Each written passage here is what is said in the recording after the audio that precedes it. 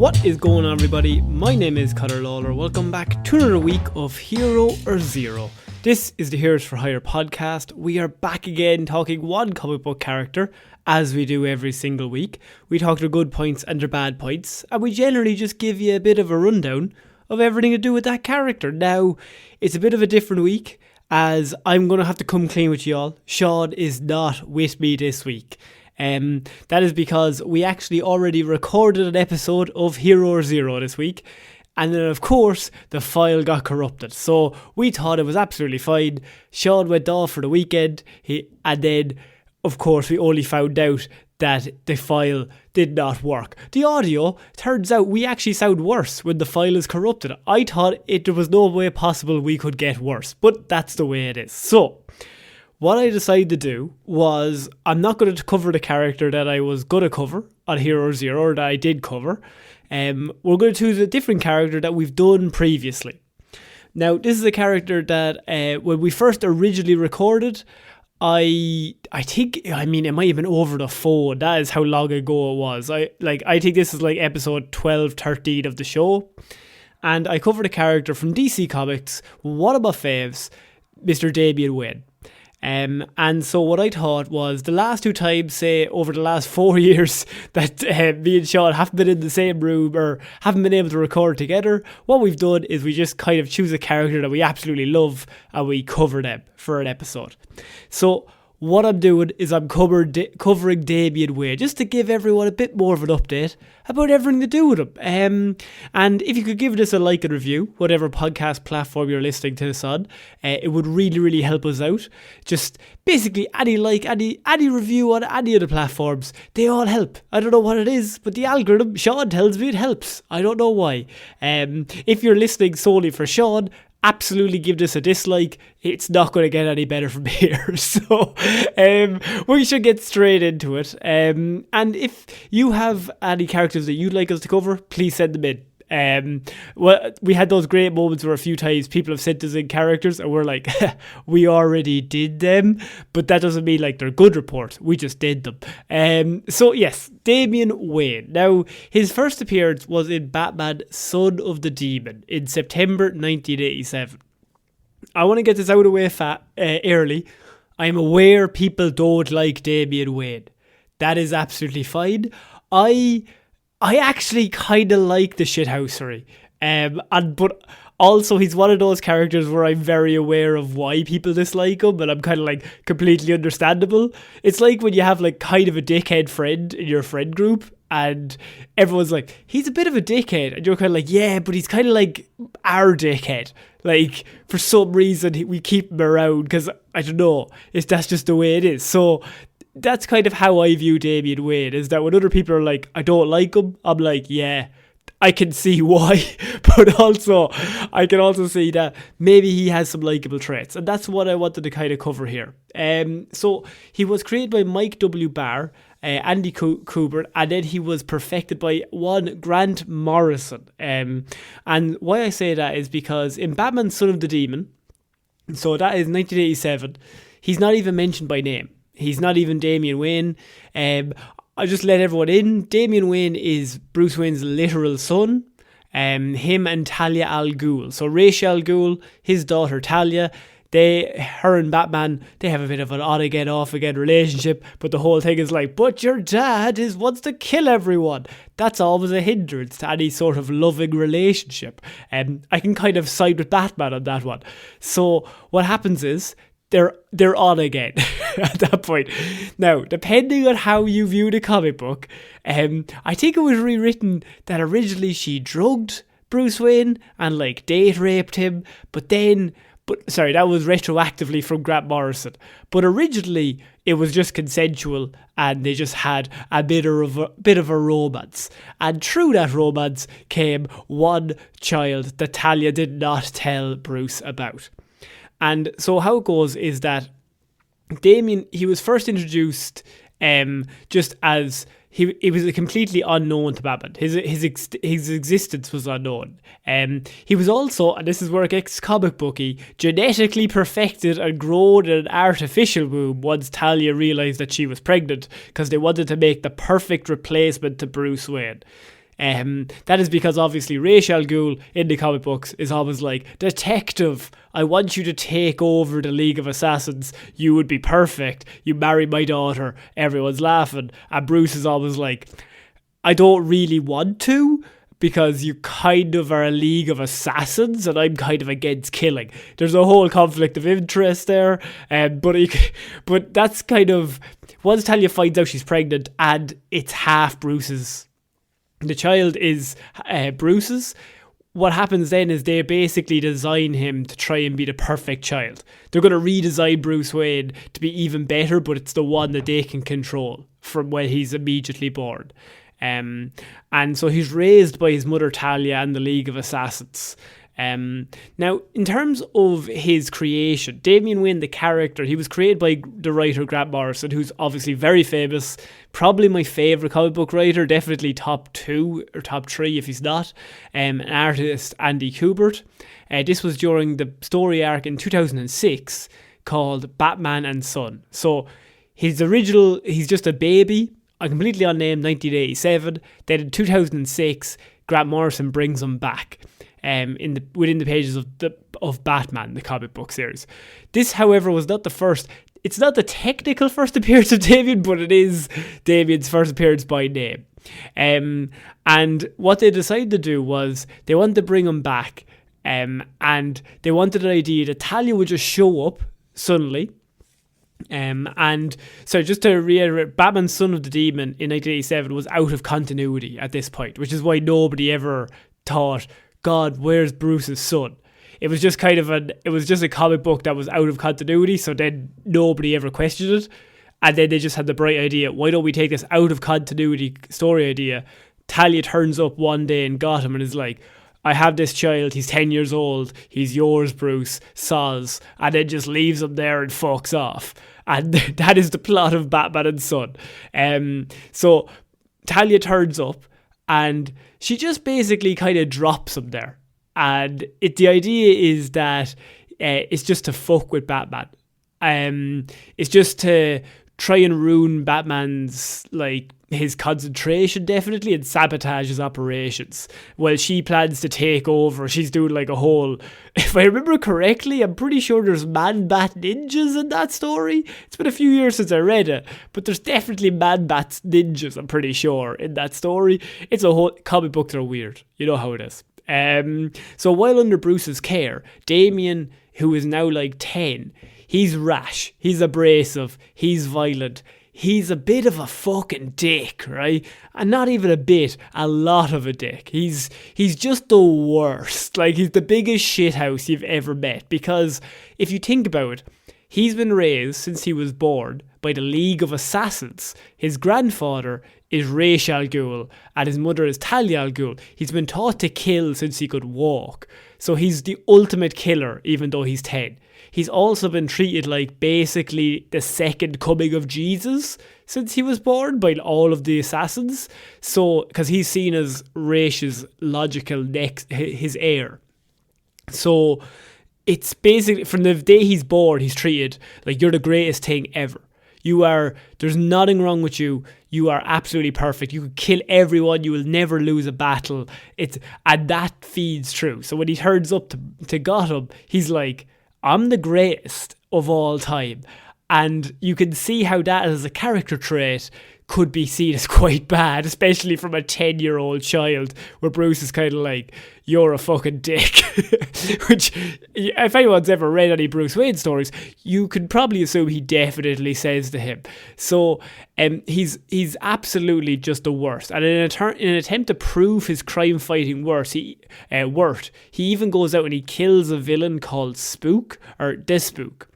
He decapitates the Spook. So it's like a cat bringing back a dead pigeon and is like, look what I got you. Isn't that exactly what you wanted? As a gift. So he brings back the Spook's head to Bruce and he's like, huh?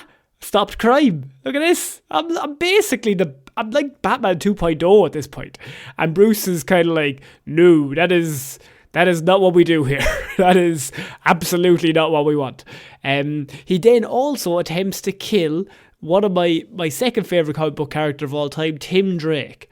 And the reason for that is completely logical. I'm not even being sarcastic here. He's turned up. He's Bruce's biological son. He's like, I'm perfectly set to be Robin right now. Tim Drake is Robin at this point in the comic books. So Damian shows up. There's this kid that's not related to Bruce, has no connection to Bruce. He's walking around as a sidekick. Damian doesn't like that. So Damian's like, I'm the rightful heir. I should be Robin. I'm your biological son. And Tim, who's well within his rights, is like, I've been Robin for 5 years at this point. Like, who the fuck are you? I also think what complicates it more is Bruce had adopted Tim in the stories at this point. So he was like his adopted son by law. Which completely confused everything even more so, because Damian's like, yeah, but then you're just adopted, whereas I'm actually his DNA. So, just being a dick about the whole thing. He tries to kill Tim Drake in a way to just, become Robin. Like, if you're dead, father will have to give this to me. He calls Bruce father all the time. It's really annoying, but also completely in character for the little dick that he is. And so Bruce is like, you can't do any of this shit. Tim Drake, by the way, and Damian Wayne hate each other. That is just, it's comic book canon. They really don't like each other. And I can understand why, from Tim Drake's point of view, he's just like trying to live his life. And this little shithead turns up and tries to kill him. And is like, who are you? You're nothing. So to repent, Damian offers up his mother's location to Bruce. And he accompanies him to thwart Talia's plans. Following these events, Damian actually returned to his mother and remained largely absent from the Batman family. It was kind of like he showed up, you realised he was there, and then he went back to the League of Assassins.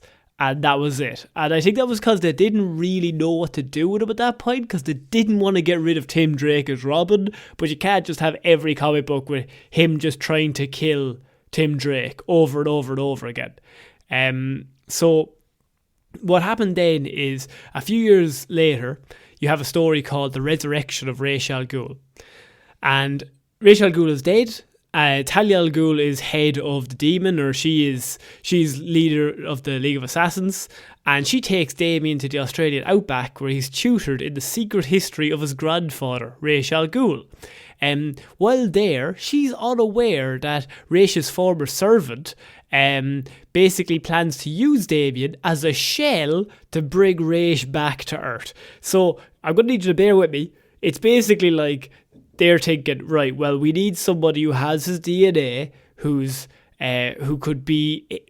we could bring Ra's back in their body, and we could then have him lead us for the next 70 years. And obviously Damian standing there, and they're kind of like, well, we can get rid of him. He's 12 and he's perfectly there. We could just put Ra's head or his brain in there. We're laughing. Talia, unsurprisingly, is not okay with this plan, and so she is able to save her son from his fate at the last minute. But Ra's is still able to return as a rotting, shambling, undead corpse, still needing Damian to stabilise his form. So Damian, with nobody else to turn to, because the League of Assassins is pretty fucked, he runs to Batman. He runs to his dad, and he's alerting him. He's like, my grandfather is fucking crazy, and he's back from the dead, and he wants to take my body. But upon entering Wayne Manor, he attempts to relay the information to, who does he run into? Only Timothy Drake. And based on the last time they met, Tim is immediately like, what the fuck are you doing here? You're definitely here to try to kill me again, because every time we've met, you've tried to kill me. So he immediately goes into fight mode. Damian's not there to fight. He's just there to be like, I'm gonna be killed. But obviously that doesn't stop it. A whole big fist fight breaks out all across the mansion. And it's not until the League of Assassins show up, and then they kind of start fighting side by side. Against all of the minions, or should we say. And it's only with Nightwing. When Nightwing shows up, Dick Grayson, he's kind of like, what the fuck is going on?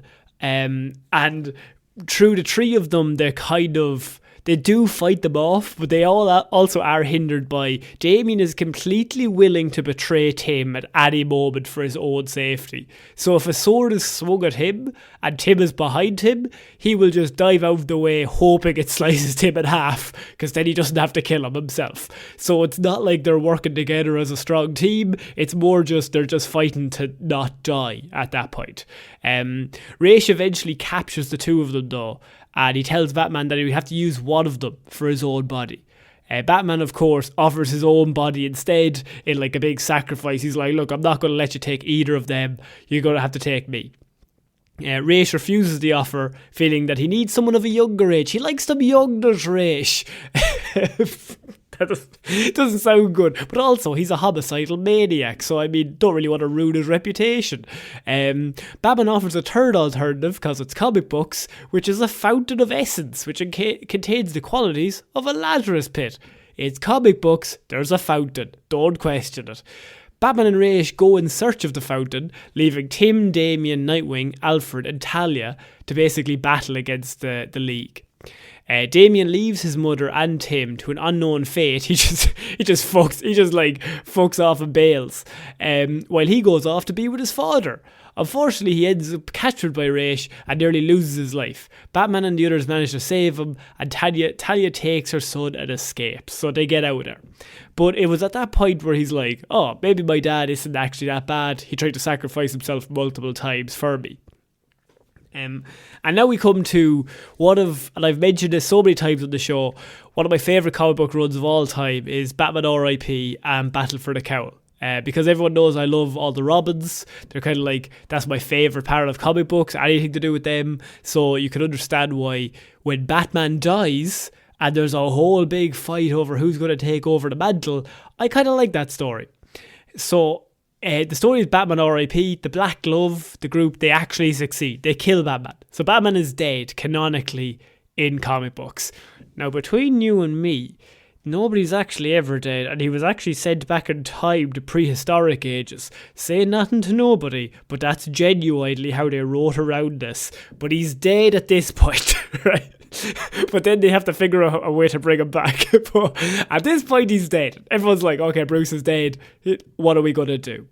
And what takes place after this is a story called Battle for the Cowl. And this story is my favourite story in all the comic books. It's just basically all of the Robins, including Jason Todd, just fighting. Not really amongst each other. Most Damian and Tim fighting, and Dick and Jason. And because Damian's in Gotham at this point, and he's actually joyriding in the Batmobile when the story starts, and then he gets told by Oracle, like, Batman's dead, I'm going to need you to suit up and help out. And Jason Todd is going around dressed as Batman. He's carrying 2 guns, and he's like trying to ruin the Batman reputation by just shooting everybody. Of course he is. And eventually Dick wins. Dick finds Jason, he kicks the shit out of him, and he's like, I'm the Batman now. Okay? So Dick Grayson, Nightwing, takes over the Batman mantle. And at this point, this is where it really gets cool, is that he looks at Tim, who's still Robin, and he's like, we are kind of, they're best friends. And he's like, I don't see you as a Robin, like I see you as an equal. And I don't really want to be in a situation where like I'm bossing you around, or like we have to like argue about what we should do, because I see you as more like someone to come to for advice rather than anything else. And I think you're above being a Robin, being a sidekick. And so he's like, I don't want you to be my Robin anymore. Tim is obviously very upset because like he wants to be Robin, but what Dick says is Damian needs to be Robin because he is a very flawed human being, and he's really fucking up his own hole, and he thinks he's amazing, and he's just a terrible person at this point. But he's really talented, and we could maybe make him something before he turns into a Jason Todd if we just leave him out in the wilderness. And so Tim's like, okay, Dick's just been a nice guy, fair enough. So what starts this is the Grant Morrison 09 run to 2009 to 2011 run in comic books, where Dick Grayson is Batman and Damian Wayne is Robin. And it's such a fucking great dynamic. Like, you have Damian, who is just, he hates everyone. Like, and he constantly tells Dick that he's not up to it, that he has no respect for him, that like he's going to have to earn his respect. Like, this 12-year-old kid's respect, you're going to have to earn my respect.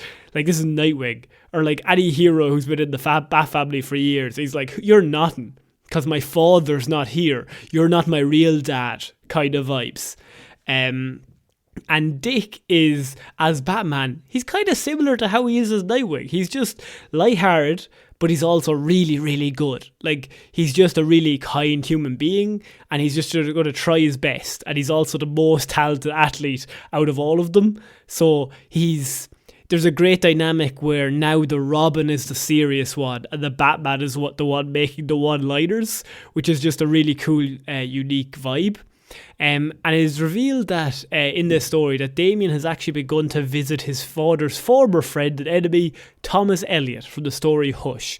Now, this is just a cool small story, is that in the story of Hush, Hush isn't a small story, but this part of it is that in Hush, Thomas Elliot, the villain, he gets plastic surgery to look exactly like Bruce Wayne. So he has the exact same face as Bruce Wayne. And he gets captured, and they like capture him in Wayne Tower, and he's stuck there. And Dick and Tim put him in there, and they're like, you're never getting out. But it's kind of revealed that Damian has been visiting Thomas in jail and playing chess with him. And Damian claims that these visits are out of curiosity for why Hush would alter his appearance. But, I mean, it's also very heavily implied that it's actually just, I mean, he's grieving. His dad is dead. And there's somebody that's the spitting image of his dad. And he kind of just wants to go and talk to him and like have a really warped father-son bonding situation with like someone who looks the exact same as his dad but isn't his dad. And that's kind of the perfect encapsulation of Damian Wayne as a character, in that he's all brash, he's all in your face, but everything behind it is just like this really sad really sad kid who didn't have a childhood, never grew up with any other kids, and just can't connect with anyone in any way. So he just pushes everyone away. He's like, everyone's dumb. Like, we were all 12, right? We're like, yeah, everyone's fucking stupid. Fuck off, right? But he's like that constantly, and he's also incredibly talented and told constantly how great he is growing up. And so it becomes apparent that Grayson had chosen Damian instead of Tim because he sees Tim as an equal. And he chose Damian as he feels his character needs developing, or he could be like Jason, as I mentioned. So Damian mocks Tim constantly and offers him the position of Batgirl multiple times, because of course he does, because he's 12 and he thinks, ha ha ha, I have this Robin and you are fired.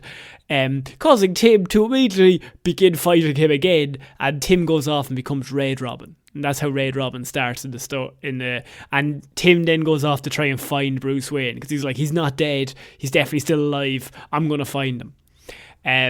So after his first fight alongside Dick, Damian gets upset with Grayson and goes looking for the villain, who at this point is Professor Pig, all by himself. So they have one fight together. Damian's like, you're not up to it. You're not as talented as me. You're definitely not as talented as my dad. I don't want to be Robin with you. You're the terrible Batman. I'm going to go find the criminal by myself, and I'm going to get him. He gets captured, of course he does, but he gets out of the situation by himself. But then he's immediately overpowered again and he's caught, and he needs to be saved by Dick Grayson. You can see where this is going, where Dick turns up and is like, oh, you thought you had it, did you? Okay, cool. You were going to die if I didn't turn up, so probably best that I did. It appears though that under Dick's teaching, slowly throughout the issues, you can see him. Like, it's not a fucking overnight change, but it's tiny bit by tiny bit, you can see the character slowly melting. In that, under his teachings, Damian begins to grow a conscience, and he even demonstrates signs of empathy, which is big for any 12 or 13 year old. If were all once 12 or 13, showing any empathy at all at that age, fair fucks. Particularly towards kids, which is a good sign for Damian. He's always like, any kids, he's massive empathy towards.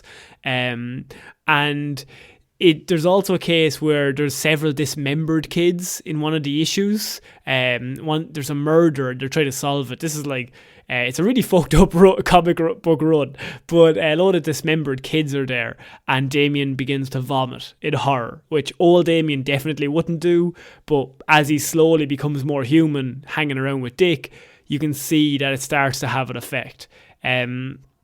They even he also becomes involved with the Wayne Enterprises board members during this time, and there's a cool bit where he manages to actually track down financial irregularities within the Wayne Enterprises accounts, and then turns up and begins intimidating the board of members.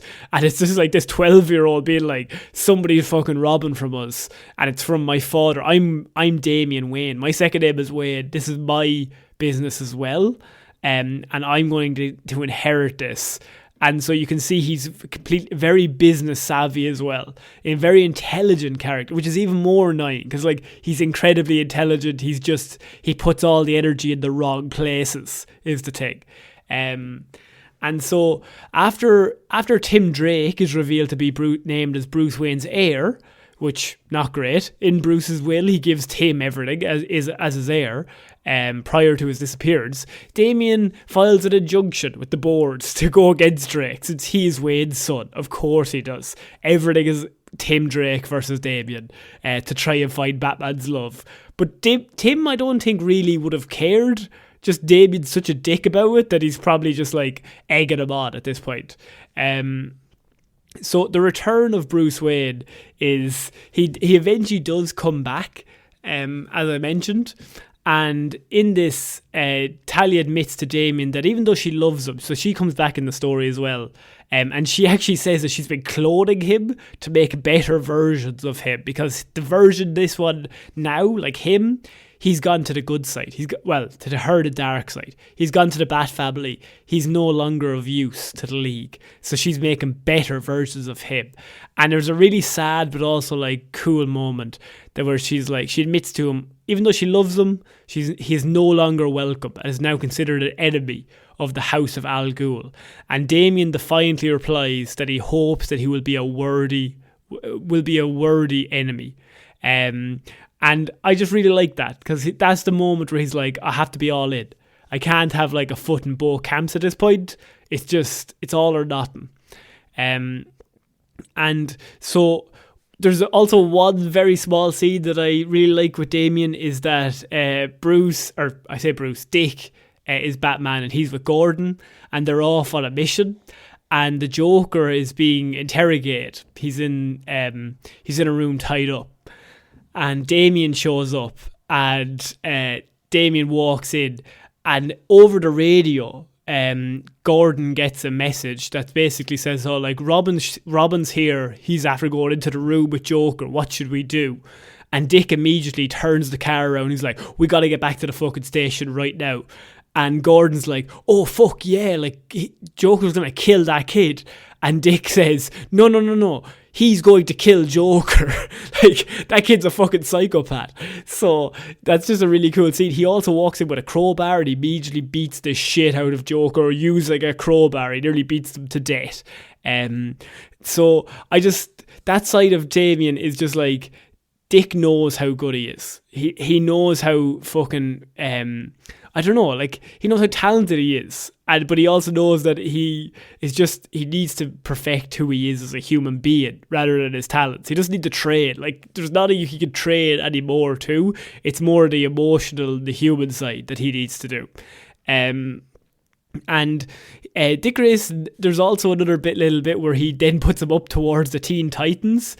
And because this is so fucking Dick Grayson, or Nightwing, is like, he thinks that if he gives Damian friends, maybe he'll chill out. Maybe he'll calm down. So he puts him in the Titans and he's like, he's not even a teenager anymore. I know you're called the Teen Titans. He is still only 12. But I'd like him to be in the team because I think Starfire, Raven, I think you guys could really help him grow as a human being.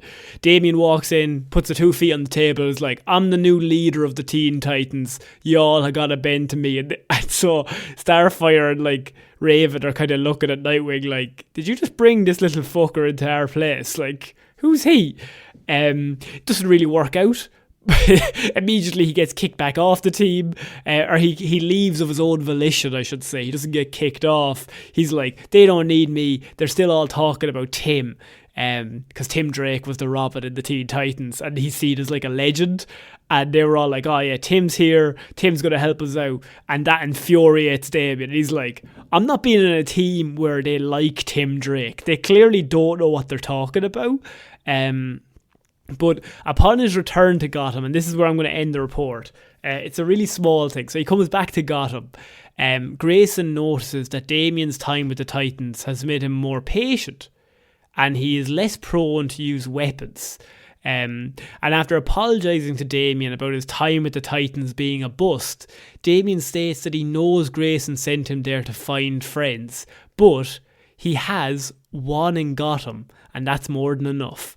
And that's the first time that you're like, oh, he likes him. Like, he's broken him down. He actually does like Dick Grayson. And that's a lot for Damian to come out and say, I have one in Gotham, and that's enough. That's his version of saying I love you, basically, in like a 12-year-old way. So yeah, I didn't go into any New 52 stuff. There's a whole big run with him and the Super Sons run, with him and Superman's Child, and I think that's really great. If you want to read something, I think they're really fun together. But powers and abilities. Oh, also he's given Kryptonian powers, I'm pretty sure, in the New 52, but I don't really like that, so I'm not going to talk about it. I just want to talk about bits that I like about Damian Wayne. So he's got business management, he's got martial arts, he's trained by the League of Assassins and Batman, pretty fucking good. He's got a genius level intellect. He once said, actually, he knows 1,000 ways to kill a man, so pretty good. Investigation, he's been trained by the world's greatest detective, obviously. He's got intimidation, he's got mimicry. Damian can imitate anyone's voice and speech patterns perfectly, as he has imitated Tim Drake's voice in order to gain access to the Batcave. He's got peak human condition for, a 12-year-old, as much a peak human condition as you could have. Stealth, swordsmanship, throwing. I'm pretty sure they've also now added that archery, like he's nearly as good at archery as the Green Arrow, which I feel might be slightly overpowered, but I just like the idea that he's, I don't know, there's something about him that I gravitate towards. I think it might just be because of the Grant Morrison run, and I love the dynamic between Dick Grayson constantly taking the piss out of him and Damian just being constantly serious at all times, just head on the mission. His weaknesses are arrogance, mostly. More often than not, Damian believes himself to be better than he actually is, and that is where the great character moments happen. This has allowed him to underestimate opponents as well as irritate his allies at almost every possibility. So that is my report on Mr. Damian Wayne, a character often insulted, often disliked, but I feel like I would urge anyone to go back and just read the 09 run. You can read some of the New 52 stuff as well. Like, a lot of that is pretty good, but I think that is really where it kind of comes into its own. That's kind of the birth of the relationship for me that made me like take notice of him, because Tim Drake, his hatred of Tim Drake, that's kind of entertaining, but there's something really likeable about this ice cold character being slowly broke down by the nicest man in comic books. Like, just Dick Grayson constantly being positive all the time just eventually wears him down, and he's just no longer constantly a dick. He's still 80% a dick, but not a full dick. I think of that scene from Guardians of the Galaxy, but he's not a complete asshole. But yeah, so that is my report for Damian Wayne. If you liked what you heard, we do lots of reports on lots of different comic book characters. My apologies for this coming a day late. Obviously, with the corrupted file and everything, it was a bit of a shit show trying to get it all together, but I'm here, I recorded it, we're all good. But yeah, if you could give us a like and review, whatever podcast platform you're listening to this on, you can follow us on basically every platform that we're on. We have at Heroes for Hire Pod, the 4 is the number 4 on Twitter. Facebook and Instagram are just Heroes for Hire Podcast. We also have a Facebook group called Heroes for our Detective Divilman's discussion group, and we have a Patreon, which every single month we put up more comic book movie stuff, and we review one comic book movie from like a few years ago, and could be like 20 years ago, could be 10 years ago, and we just see if it still holds up. We call it the Lazarus Pit. We've got like, I don't know how many reviews we have up there now, but it's quite a few. So it's $5 a month, and you basically get access to, I don't know, a shit ton of reviews at this point. I can't put a number on it. It's been years that we've been doing it every single month, so they all kind of add up at this point. But most importantly, if you could tell one human being that we exist, and I have been Conor Lawler, we shall see you all on Monday, guys, for Movie Mondays. Bye!